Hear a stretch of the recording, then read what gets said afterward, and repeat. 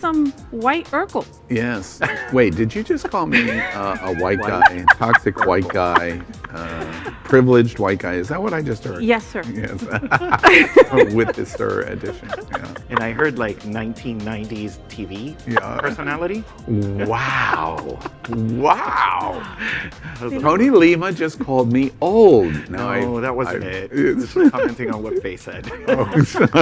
Oh, you were commenting on Faye. Oh, okay, Tony's just mad that he's missing his mustache. Yeah, I am. Exactly. Right. Well, it could have come in handy as we talk about Tom of Finland. I know. Yeah. It's going to be fun. It's going to be a good show. Well, good evening, America. It is 7 p.m. Wednesday, November 11th, 2020, and this is Queer News Tonight, the world's first live LGBTQ daily evening news. It is time to queer up the news. Today is Veterans Day. This is the 101st anniversary of Armistice Day, created by President Woodrow Wilson to celebrate the end of all wars. They called it World War I. In the 1920s, it became a federal holiday, and at the end of World War II, became Veterans Day. We looked at estimates of the U.S. military that were closeted in our American society and members of our armed forces. At standard acceptance of those percentages, that means nearly 60,000 LGBTQ people have given their lives to America through armed services since World War I.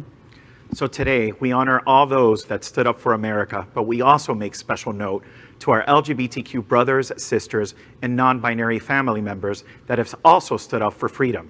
It was especially hard for you as you could not be who you are. But that did not stop you from being who you are.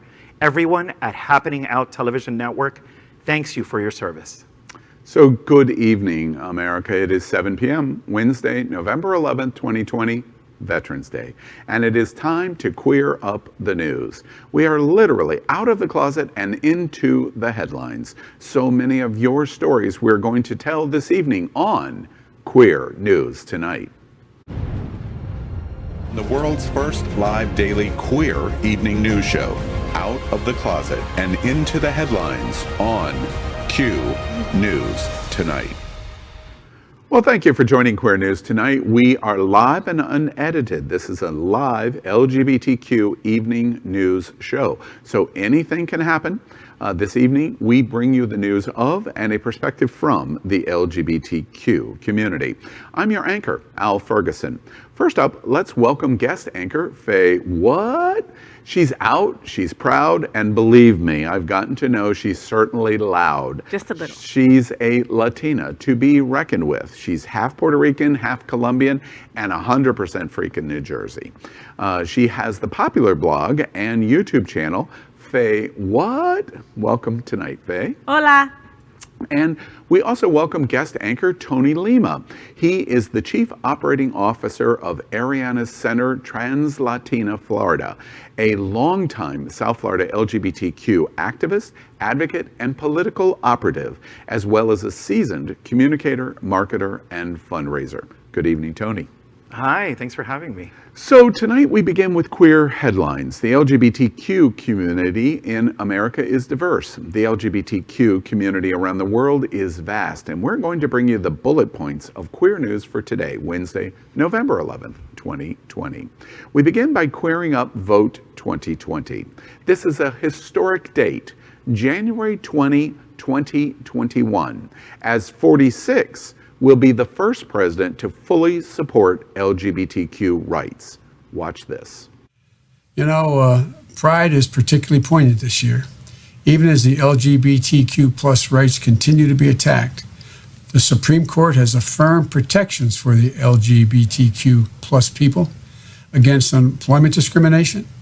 Even as the lives of trans individuals, especially Black trans women, are under threat, we're reminded that Marsha P. Johnson and Sylvia Rivera helped bring life to the movement. And after last week's ruling, Americans can no longer be fired from their job because of who they are or whom they love. Yes, Pride is indeed different this year. Yet whether we are celebrating from a distance or marching in the streets against injustice, this month reminds us that progress is not waited for, but won. After all, pride is a protest. We've made tremendous progress for the LGBTQ equality and all the people who share in that over these last several years. Those hard-fought successes belong to you, though. But the fight is far from over, and the path ahead is going to be anything but easy. These fights require leadership. Wherever injustice exists, leaders across the world must respond with action. And I assure you, America once again will be the beacon of hope for the LGBTQ people, here at home and throughout the world. So thanks again for having us, and happy Pride. Breathtaking. On Saturday, LGBTQ Americans scored a major victory when Joe Biden was elected as the 46th President of the United States, replacing incumbent Donald Trump. The win wasn't just symbolic. When sworn in on January 20, Biden's record of support for LGBTQ citizens will go further than any previous president in history. The victory makes him the first U.S. president to openly embrace a full spectrum of queer rights, including transgender equality. During his historic 2008 run, former President Barack Obama made groundbreaking overtures toward advancing LGBTQ equality, but there were notable holes in his platform. The coined phrase evolution was applied to Obama that made him the most embracing LGBTQ president until now. Trump has had 5 years of doublespeak, confusing the LGBTQ community and America as a whole by repeating the phrase, quote, Trump is the most pro-LGBTQ president in history. The statement is not true, it is a lie. By contrast, Joe Biden will enter the White House in January after running what has been dubbed the most pro-equality ticket in history by the Human Rights Campaign. Biden has promised to make LGBTQ rights a priority during his term, vowing to sign the Equality Act within the first 100 days of him taking office.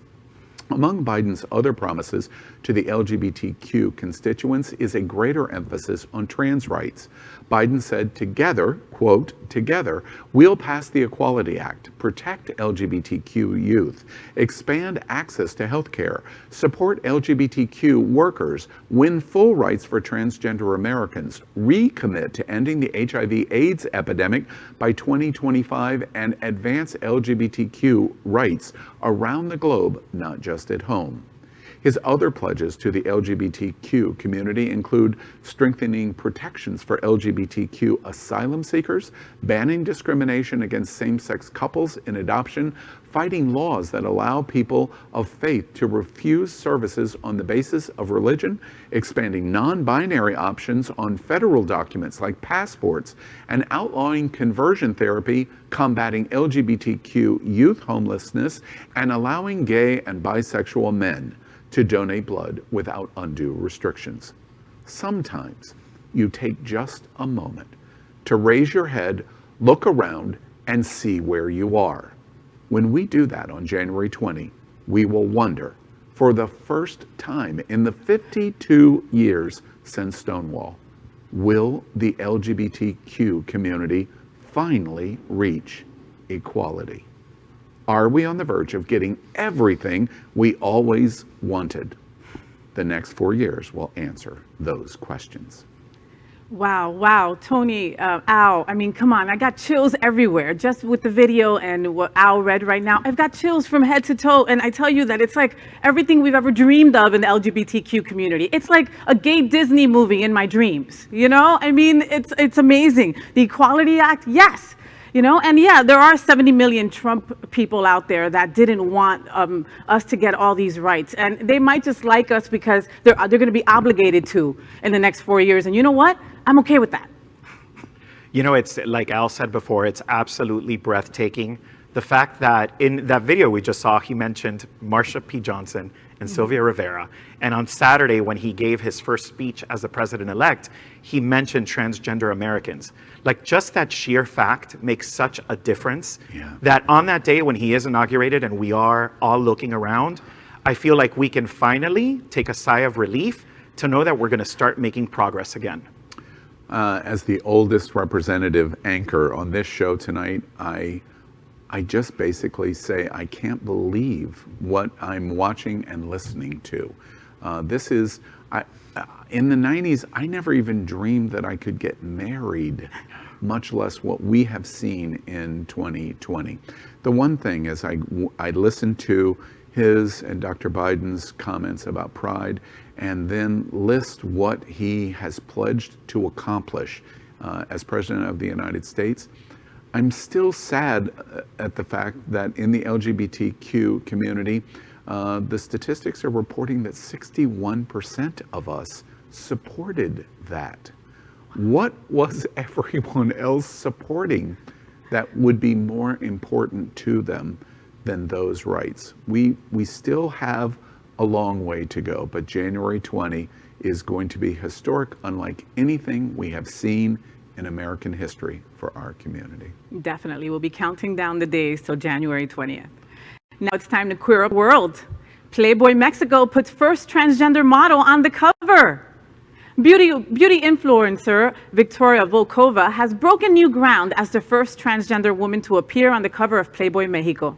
The magazine wrote in Spanish on Instagram, Playboy Mexico is committed to the openness and diversity for which we fight daily in this country. The brand has historically been singled out because pleasure is a benefit to all people, regardless of gender, sexual orientation, or race. Volkova, 27, was born in the state of Querétaro in central Mexico. With more than 900,000 followers on Instagram, she has become an outspoken advocate for the LGBTQ community in her country. Volkova said she hopes her pictorial makes people more curious about what being trans means, more curious about how trans people live in this country and in the world, and what we have to go through to live a dignified life.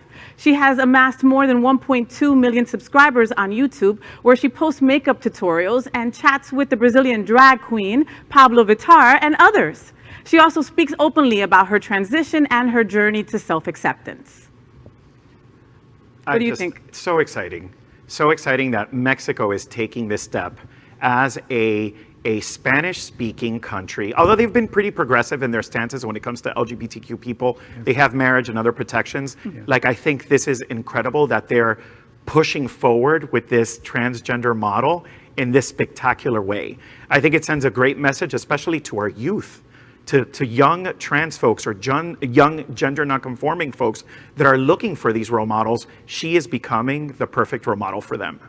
You know, every time I hear news in the LGBTQ community that is connected with the Latin communities in the Western Hemisphere in the United States, I take note, because we still have a very significant way to go in our politics, which is what we have just watched here in South Florida, and for the president and the election of the president, and also for acceptance in many locations, not so much in Mexico, but many other places for the LGBTQ community. So something like this is incalculable in terms of the effect that it has in changing attitudes. There's lots of Latina men that are going to look at Playboy and go, oh, I like that. That's very true. Look, visibility is so important. Love is love, but lust is lust too. So, I mean, she is drop dead gorgeous. She is awesome. And I love that Playboy Mexico is showing us different expressions of feminine beauty. I mean, she is lovely. Bravo, Mexico. Yeah, for sure. Tony, you're going to tell us about Star Trek tonight. Yes, it's time to queer up entertainment. Star Trek Discovery expands diversity with trans and non-binary characters. The latest episode of Star Trek Discovery includes a storyline that viewers have almost certainly never seen before on a major television series, a romance between a non-binary character, a human named Adira, and a trans character, a Trill named Gray. What's more, Adira and Gray are played respectively by the non-binary actor Blue Del Barrio and the trans actor Ian Alexander. It's hard to overstate how significant of a milestone this is for LGBTQ representation on TV in general, and for Star Trek especially. Despite groundbreaking portrayals on shows like Transparent, Orange is the New Black, Pose, and Billions, trans and non-binary characters remain quite rare on TV, and there have never been explicitly identified trans and non-binary representation on Star Trek. Great. It's a mouthful to say all those words together. That's right. Next, we queer up gay culture in reporting Kamala Harris camply goes where Mike Pence could never, snapping a halleloo fan with drag race legend Shangela. Watch this.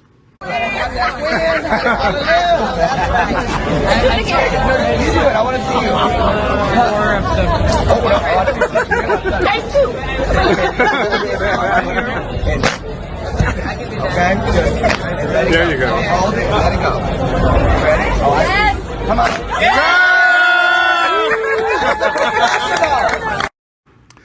Shangela wrote on Instagram on Sunday, hours after Harris was elected America's first female, Black, and Indian American vice president.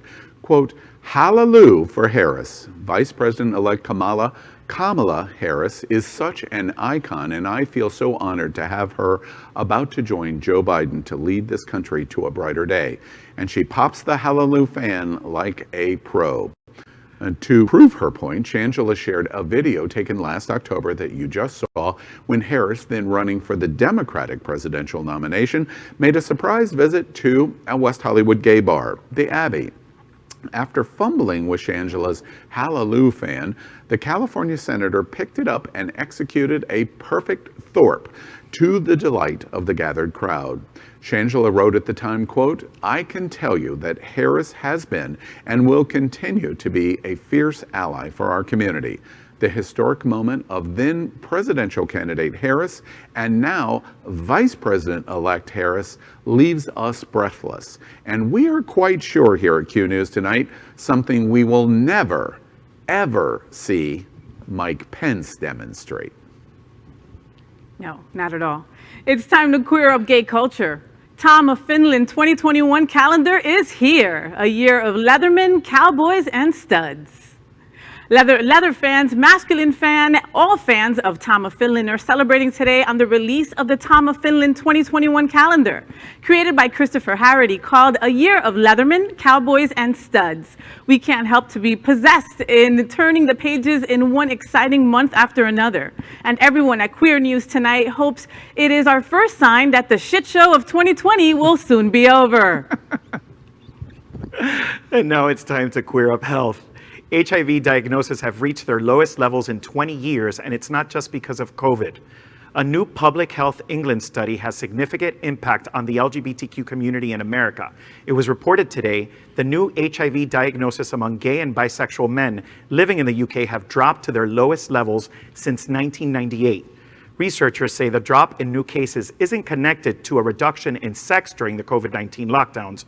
Rather, HIV diagnoses have been decreasing in the UK for a while thanks to increased condom use, HIV testing, and the availability of pre-exposure prophylaxis, or PrEP, a medication which can greatly reduce one's chances of contracting HIV, as well as antiretroviral therapy, medications which make people living with HIV virtually incapable of transmitting the virus. The study shows that the new infection rate in 2020 is just 18% of new cases compared to 2011. The United States and the UK has set a goal of ending HIV transmission by 2030. It's amazing news. The report is aimed directly at the UK, but they provide a comparison analysis to the United States. It is a reminder that condom use significantly decreases transmission, and being on PrEP significantly decreases HIV transmission. And I hope you embrace both of those. That's what this study tells you clearly. Can you imagine by 2030 it not being a thing anymore? Like, oh my God, how amazing would that be? We have all been affected or touched by someone that has unfortunately contracted HIV or AIDS. And I mean, wow, incredible. You know, PrEP has come a long way to help prevent the spread, but just like Al said, you still got to wear a condom. Just like we have to wear a mask and wash your butt, wear a condom. And wash your butt. That was legendary, Faye. But I think that's a good point that you both just made, because a lot of people are taking PrEP and they're not using condoms. And they're calling it a day. Let's take PrEP, we're safe. That's not exactly correct. That's right. Because you also have to worry about the STDs out there and also possibly contracting HIV. So it's important to stay safe. Like you wear your mask, wear your rubber, and take your PrEP. That's right. Wear your rubber. My goodness, Tony, you just showed Super your age. 1996. Exactly. I had to think about All right, that. those are our headlines for today. Next, let's catch up on all the news surrounding COVID-19 with our quarantine quickies. There is a lot to discuss during this pandemic, so let's get it underway.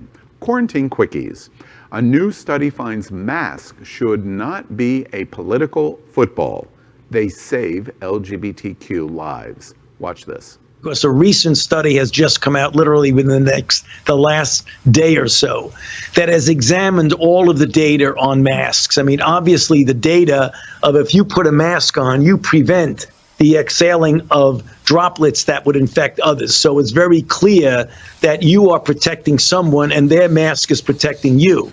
But recent data has now shown that, as a matter of fact, there's also the added benefit to protect you from droplets and virus that's coming your way. So it's a two-way street in that. So the benefit of masks right now, as people examine more and more the data, it's very clear that it is very helpful. And that's the reason why whenever you get the cascade of 4 or 5 things that we talk about that we need to do, even more so as we get into the cooler months, wearing of mask, keeping physical distance, avoiding crowds, doing things to the extent that you can with the weather, more outdoor than indoor, as well as washing hands. If we just did that consistently as a nation, not some doing it, others not, we will be much better off. You put that together with a vaccine, and as I use it, I say, help is on the way, and vaccine is the help, and it's on the way.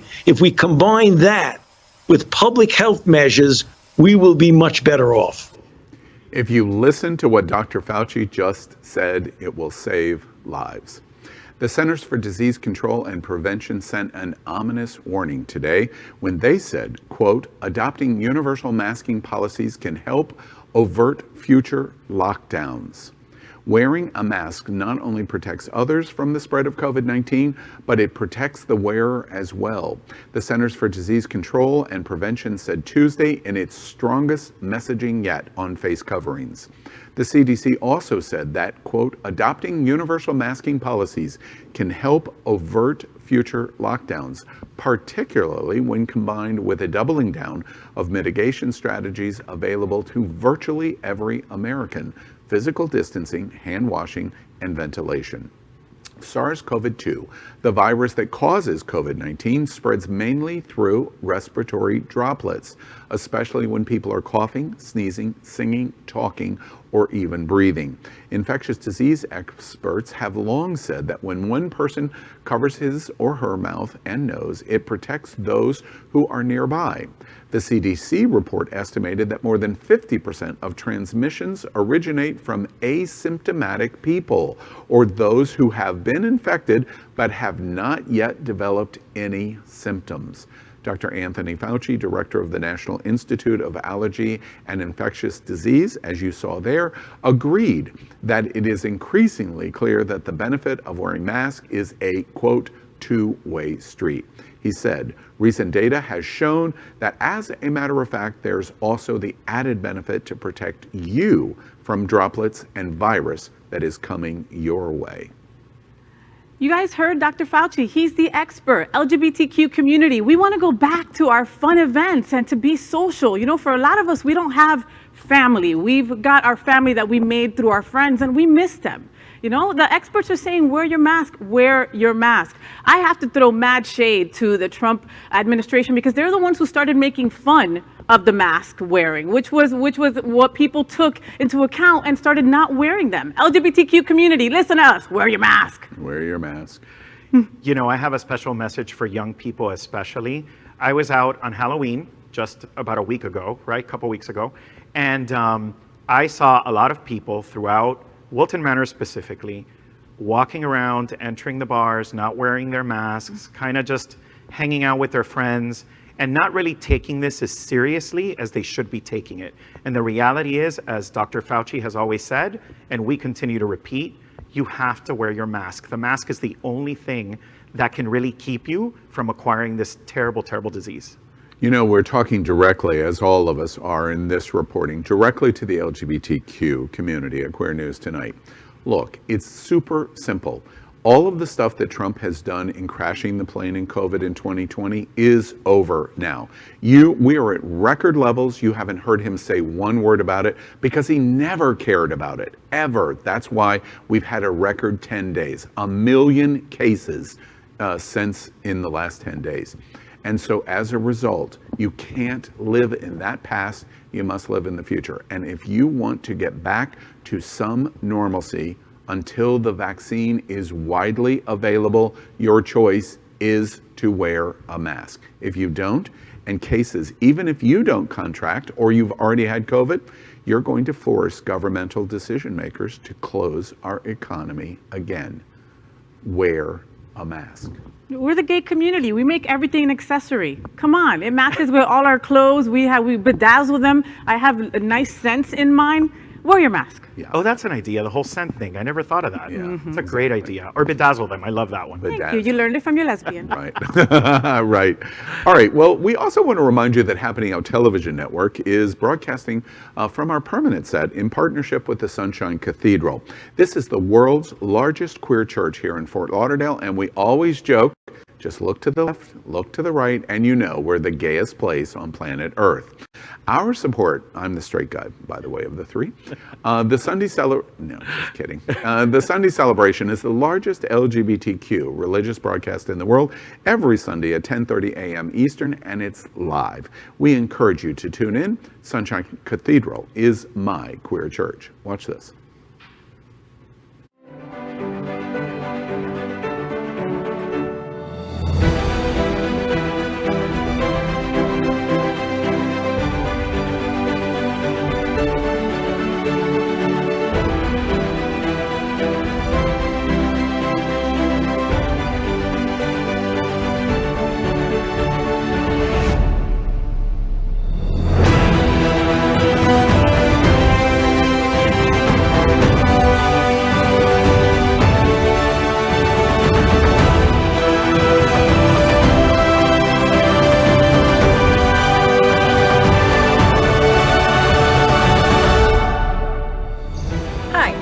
Federation. I'm the board chair of the Sunshine Cathedral.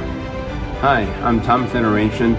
I'm the treasurer of the Sunshine Cathedral Foundation board. And Sunshine Cathedral is our queer church.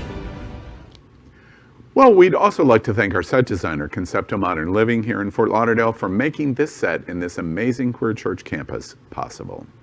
Well, tonight we're going to end the broadcast with the big finish. These are short story mentions of LGBTQ news or news with a gay perspective. So here we go. First on Queer News Tonight's The Big Finish. Andrew Christian uses a model of color to advertise a slave harness. Well, what do you think?